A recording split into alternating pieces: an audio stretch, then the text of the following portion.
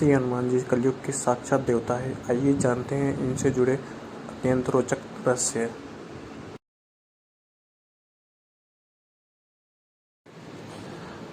हनुमान जी कलयुग के साक्षात देवता कहे गए हैं।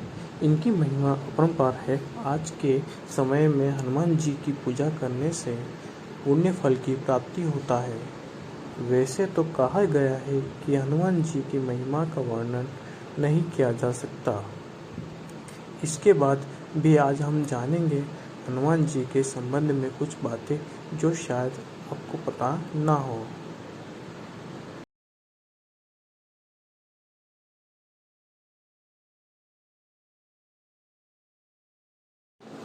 एक कल्प तक पृथ्वी पर श्री हनुमान का निवास। श्री हनुमान जी को भगवान श्री रामचंद्र जी का अनन्य भक्त कहा गया है। कहा जाता है कि भगवान श्री रामचंद्र जी ने हनुमान को एक कल्प तक रहने का आशीर्वाद देते हुए आदेश दिया था। एक कल्प कई युगों का चक्र, एक कल्प में कई युग समाहित है। हनुमान जी का कई लोगों ने साक्षात दर्शन कर अपना जीवन धन्य किया है। राम युग में तो अनेक लोगों ने श्री हनुमान जी के दर्शन किए। शास्त्रों के अनुसार भीम और अर्जुन ने द्वापर युग में दो वहीं कलयुग में गोस्वामी तुलसीदास, समर्थन दास, भक्त माधव दास, नीम करोली बाबा तथा राघवेंद्र स्वामी जी को कलयुग सम्राट श्री हनुमान जी के दर्शन करने का सौभाग्य प्राप्त हुआ। हनुमान जी का निवास। शास्त्रों के अनुसार हनुमान जी का मुख्य निवास स्थान नेपाल तिब्बत की सीमा पर स्थित गंधमादन पर्वत पर माना गया है।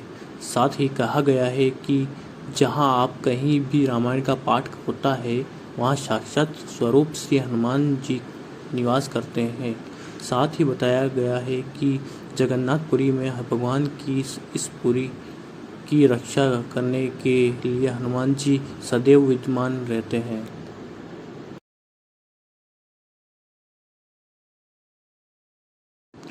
आज के समय में रामायण के संबंध में लोगों का मानना है कि महर्षि वाल्मीकि ने प्रथम रामायण की रचना की, लेकिन यह पूर्ण सत्य नहीं है।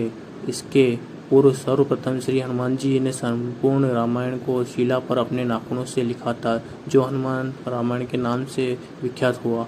लेकिन यह भी कहा जाता है कि वाल्मीकि जी की निराशा देख श्री हनुमान जी ने उस शिला को समुद्र की गहराई में फेंक दिया था।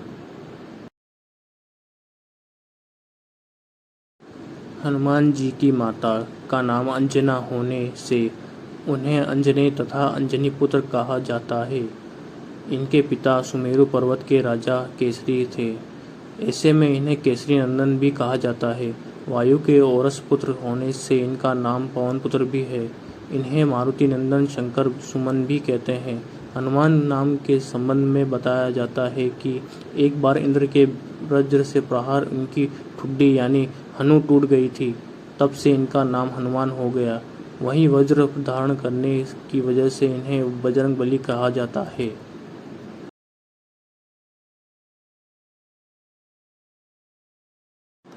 वैसे तो हनुमान जी ने कई लोगों से शिक्षा ग्रहण की। इन्होंने सूर्य, नारद के अलावा मतंग मुनि से शिक्षा ली। श्री हनुमान जी का जन्म भी महान ऋषि मतंग जी के आश्रम में हुआ। यह वही मतंग मुनि है जिनकी शिक्षा माता शबरी है।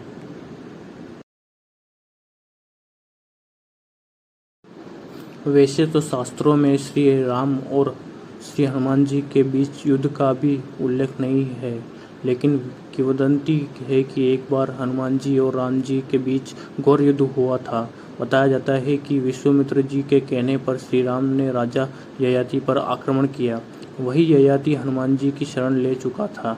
ऐसे में ही दोनों के बीच युद्ध हुआ। हनुमान जी श्री राम जी का नाम जप कर शास्त्र को विफल कर रहे थे। श्री विश्वामित्र ने हनुमान जी की श्रद्धा को देखकर युद्ध का अंत करवाया।